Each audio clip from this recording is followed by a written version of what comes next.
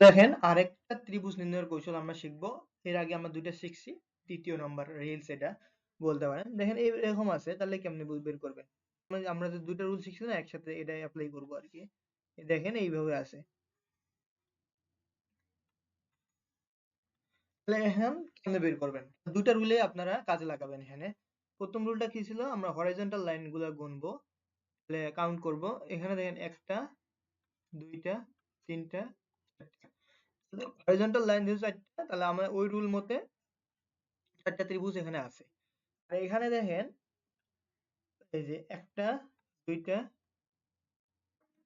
২ টা, ৩ টা, ৪ টা। তাহলে এখানে আমরা কিভাবে জানি বের করছি আগে? মনে আছে কি সবার?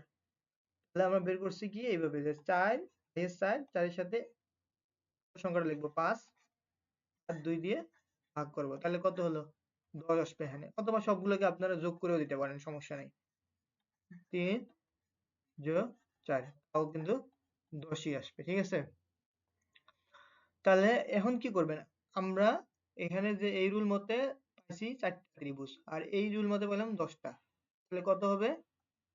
গুণ করে দিবেন। ঠিক আছে? ৪০ টা। এখানে টোটাল ত্রিভুজ আছে কত? ৪০ টা।